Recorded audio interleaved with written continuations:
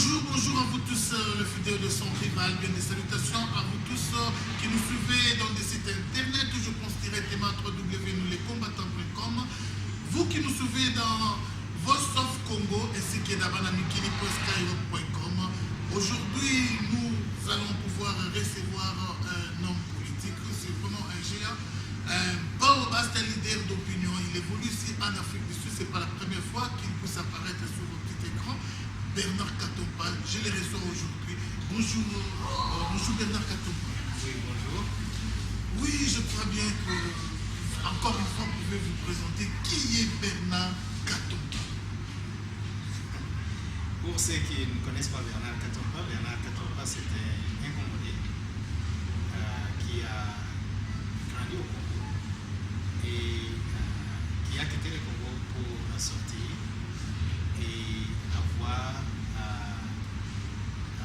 un développement à tous les points de vue, un développement qui lui a permis de pouvoir prendre une décision ferme, de retourner et rendre une valeur à son pays en donnant sa meilleure contribution à la construction, à la reconstruction et développement de la République démocratique du Congo. Merci beaucoup, merci M. Bernard Katompa. Je crois que le Congo est en train de souffrir. Le Congo souffre d'une crise du leadership politique. Depuis, ça fait plus de 3 décennies qu'on a eu à connaître un nom, un grand nom comme M. Etienne Tshisekedi Wambulumba. M. Etienne Tshisekedi a atteint le 3e âge, mais il n'y a pas vraiment de relève. Jusqu'à présent, il n'y a pas de relève. Qui peut oser aujourd'hui parler et que derrière lui, la masse les suit? Alors, M. Bernard Katompa, est-ce qu'on peut croire, on peut compter sur qui à l'heure qu'il est? Monsieur Etienne Tshisekedi est encore vivant. Il est encore en bonne santé.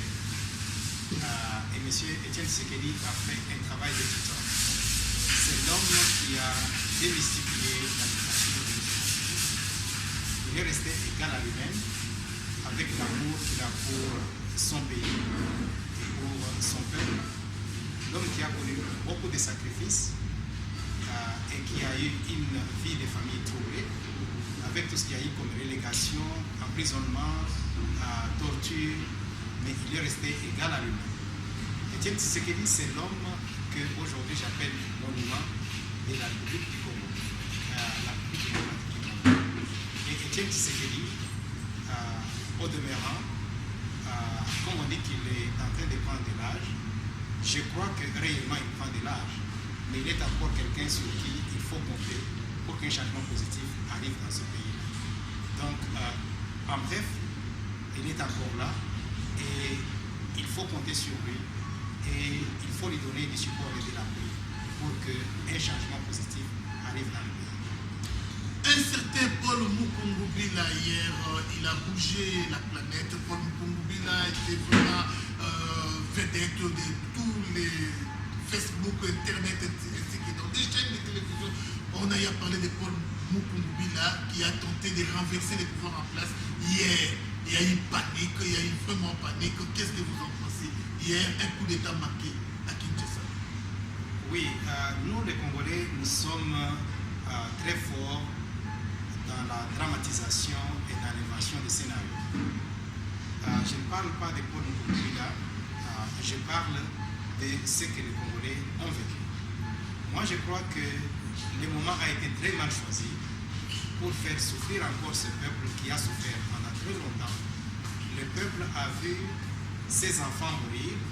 On parle de plus de 6 millions de gens morts dans les conflits de l'Est, qui pour moi a été un conflit inventé et maintenu parce que les vies des gens ne comptent pas. On parle de 3 millions de gens qui sont déplacés dans les conflits. Et on parle des gens qui continuent à mourir chaque jour, des maladies, de pauvreté et certaines des maladies liées aux conditions émanant des conflits de l'Est. Mais le moment de pouvoir encore distraire ce peuple avec une invention, encore une deuxième invention, qui est un coup d'État, en analysant la situation, j'ai difficile à croire que les gens, s'il faut les appeler comme assaillants, étaient vraiment des assaillants avec un objectif de renverser le gouvernement. Je ne pense pas. Parce que les endroits où ces gens se sont présentés, les images qu'on a vues à la télévision ne concourent pas à démontrer qu'il y a eu une idée de renverser le gouvernement. Encore une fois, je pense que c'est un scénario inventé pour faire souffrir encore le peuple congolais et pour pouvoir raffermir le pouvoir de ceux qui sont dans ce pays. Donc pour moi, je me dis que c'est un dossier qu'il faut réanalyser et savoir qui en est l'inventeur ou le créateur. Parce que je me dis, s'il y a quelqu'un qui aime le peuple congolais, il ne peut pas chercher à le mettre encore dans une situation désastreuse en inventant des choses comme ça. Quand on invente un pareil scénario, qu'il y a un but poursuivi, des objectifs bien poursuivis, d'après vous, faisons un peu la lecture des choses. Pourquoi on a eu à monter ces scénarios? Qu'est-ce qui est caché derrière ces scénarios? La plupart des gens qui arrivent au pouvoir et qui des fois cherchent à avoir la masse derrière, utilisent des fois ce genre de scénario pour pouvoir monter leurs enchères. Montrer qu'ils ont maté la rébellion de l'Est, maintenant ils ont maté un coup d'État que les gens préparaient. Mobutu l'a fait plusieurs fois et beaucoup de dictateurs le font. Mais la question fondamentale est de savoir, est-ce que les vies des gens comptent ou c'est rester au pouvoir qui compte? Parce qu'aujourd'hui, quand vous regardez les images, on vous dit qu'il y a eu les assaillants qui étaient dans les bâtiments de RTNC. Mais ils étaient dans les bâtiments de RTNC, on n'a pas vu ce qu'ils avaient. On nous dit qu'on en a tué 10, on a attrapé 3, 7 ont fui, on ne sait pas comment ils ont fui et où est-ce qu'ils sont. Et ils étaient dans ces bâtiments-là, on n'a pas entendu un coup de feu qui venait d'eux. Il n'y a pas eu des désordres créés dans la salle. Quand on parle des otages, on sait ce que les scénarios d'otages fait. Alors là, vous vous posez la question, est-ce que c'était un scénario réel ou un scénario mondial? Mais tout compte fait, ce qui est arrivé, c'est encore le peuple congolais qui en a souffert. Et ceux qui ont pensé monter les scénarios ne sont pas parmi les gens qui aiment le peuple. Ah oui, ça fait très mal. Ce sont des gens qui n'aiment pas le peuple congolais. Parlons de l'avenir du Congo. Comment vous trouvez l'avenir du Congo avec, entre guillemets, Kabila au pouvoir? Y aura-t-il élection en 2016 ou il n'y aura pas des élections? Et alors, dans les cas où il n'y a pas d'élection, qu'est-ce qu'on peut faire pour faire partir cet homme? Parce qu'il n'est pas aimé. Aimer ou pas aimer, c'est une autre paire de manches. Mais le pays a une constitution. Et au terme de cette constitution, Kabila doit quitter le pouvoir après avoir complété son deuxième mandat. Et c'est là ce qui doit être fait. Kabila ne doit pas changer la constitution de la République démocratique du Congo pour pouvoir se représenter. Et deux, il ne doit pas avoir des tractations sociales, politiques ou économiques pour pouvoir montrer aux gens qu'il faudrait qu'on lui donne du temps pour qu'il puisse gérer le pays. Il a eu son temps, qu'il passe le bâton et qu'il quitte et laisse au peuple congolais le choix de lire quelqu'un d'autre qui peut amener une différence et donner aussi sa pierre à l'édifice. Donc, le Congo n'appartient pas à Kabila, le Congo n'appartient pas à un individu, c'est un pays qui nous est cher à nous tous et chaque Congolais qui a des aptitudes pour pouvoir gérer le pays et amener la différence doit se présenter et avoir la chance d'être candidat pour pouvoir, en 2016, parvenir, s'il le peut, à diriger le pays et à créer de la valeur. Oui, M. Bernard Katompa, vous êtes leader d'opinion. Un leader d'opinion donne un mot d'ordre et la masse le suit. Alors, maintenant, qu'est-ce que vous reprochez au peuple congolais?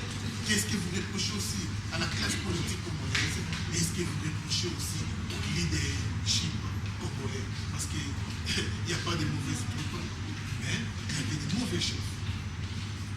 Le peuple congolais, s'il doit recevoir le message de Bernard, c'est un seul message.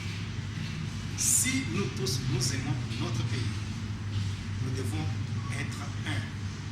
Parce que le facteur qui doit nous unir devrait être l'amour de ce pays-là.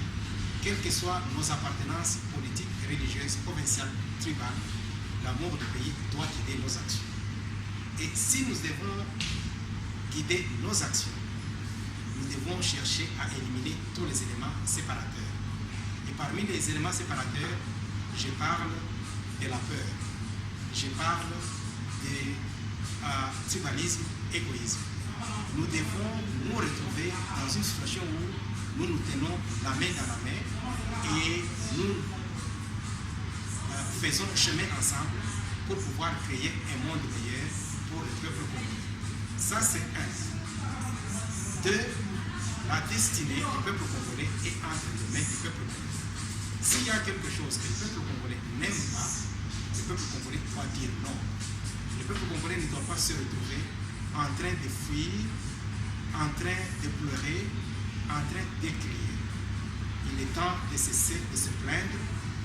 Il est temps de prendre des actions concrètes pour que les changements positifs puissent arriver dans la vie de tous les Congolais qui se retrouvent au pays ou ailleurs. Vraiment, merci beaucoup, mais à vous entendre parler, je n'ai pas bien.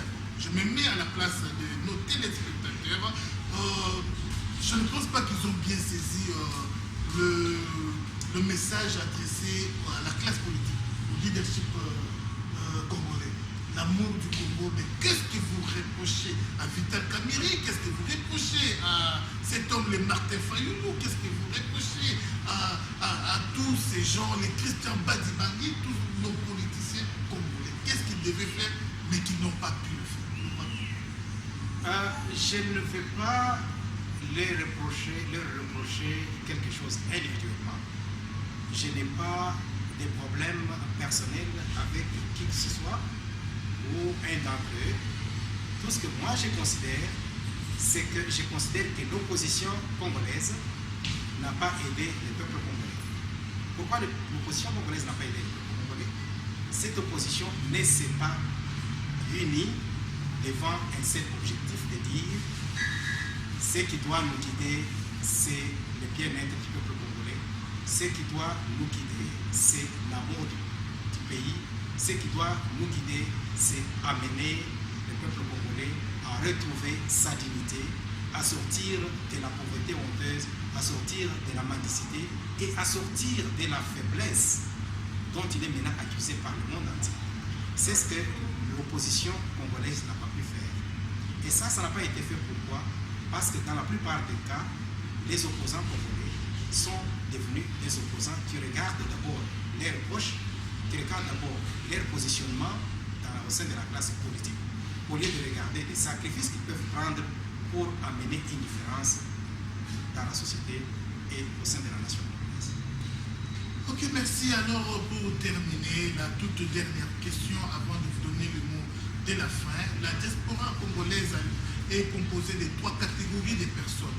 Nous voyons les politiciens, en l'occurrence de M. Mwanda, qui est politicien. La deuxième catégorie, ce sont les neutres, les gens qui s'occupent de leur business, ils ne s'intéressent pas de la politique. Et la troisième catégorie, ce sont des combattants. Et maintenant au pays, tout le monde qui est diaspora est considéré comme combattant. On parle plus de combattants et moins de politiciens qui font partie de la diaspora. Vous ne vous faites pas vraiment entendre. Qu'est-ce qui fait que vous puissiez évoluer dans la clandestinité, vous puissiez évoluer dans l'ombre? Pour Bernard Katomba, tout celui qui aime le Congo est de son côté. Qu'il soit combattant, qu'il soit neutre, qu'il soit politicien, s'il aime le Congo, il peut être avec Bernard Katomba. Et tout celui qui n'aime pas le Congo, parce qu'il y a beaucoup de gens qui n'aiment pas le Congo, qui vont se retrouver dans n'importe quel mouvement. Et l'amour du Congo ou le manque de l'amour de ce pays-là se montre dans ce qu'ils font.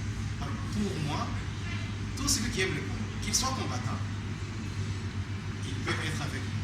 Qu'il soit neutre, il peut être avec nous. Qu'il soit politicien, il va être avec moi. Parce que ce qui doit nous guider dans toutes nos actions, c'est cet amour-là qui va nous permettre de voir qu'est-ce qu'il faudrait faire pour ajouter de la valeur chez nous. Les combattants, c'est un mouvement que j'encourage. Mais je l'encourage quand il est bien structuré, je l'encourage quand il mène des actions qui peuvent amener un changement ou amener une différence. J'ai parlé aux combattants plusieurs fois et la plupart m'écoutent dans ce que je leur donne comme conseil. Les combattants doivent être un mouvement de changement, pas un mouvement de distraction. Et s'ils peuvent mettre tous les efforts ensemble pour que les actes qu'ils posent, les actions qu'ils entreprennent sont guidées vers une différence ou un changement positif, c'est un mouvement qu'il faudrait bien encadrer, bien aménager et bien diriger. Que ceux qui dirigent le pays cessent de distraire le peuple. Que les lois du pays soient respectées. Que les droits et les obligations de chacun puissent être connus, disséminés et respectés. Et que tous les Congolais, partout où nous sommes, au pays ou à l'extérieur, nous puissions nous tenir tous la main dans la main en éliminant tous les facteurs, comme je l'ai dit, séparateurs, jalousie, tribalisme, questionnement inutile, attachement à des choses qui n'ajoutent pas de la valeur. Qu'on puisse se consacrer à amener une différence dans notre pays que nous aimons très bien. Et si nous pouvons être unis comme un, avec tous les opposants, avec les maîtres, avec les politiciens, nous allons travailler pour amener une bonne différence. Et à ceci, j'amène un seul mot qui est l'amour du pays. Et j'invite tout le monde qui aime le pays à pouvoir s'unir. Je demande au peuple congolais, c'est de pouvoir s'unir pour l'amour de ce pays. Parce que le pays est trempé dans un marasme socio-économique qui est créé par la politique, qui n'a pas amené le pays à évoluer dans une situation de reconstruction, dans une situation d'épanouissement et dans une situation de patriotisme qui peut retourner ou rendre au peuple congolais sa dignité qu'il a perdue. Et au moment de la fin, c'est un appel que je lance à tous les Congolais. Nous devons tous nous unir en éliminant tout ce qui peut nous séparer. Nous devons nous voir comme un et nous devons travailler ensemble pour pouvoir donner à notre peuple la chance de pouvoir évoluer. Et nous devons nous unir pour laisser un héritage fructueux à nos enfants, à nos petits-enfants et à toutes les générations futures. C'est l'unique façon que nous pouvons créer un monde qui se rappellera de nous, un monde qui se dira, ils ont été là, ils l'ont fait, et voici dans quelles conditions nous vivons maintenant, mieux que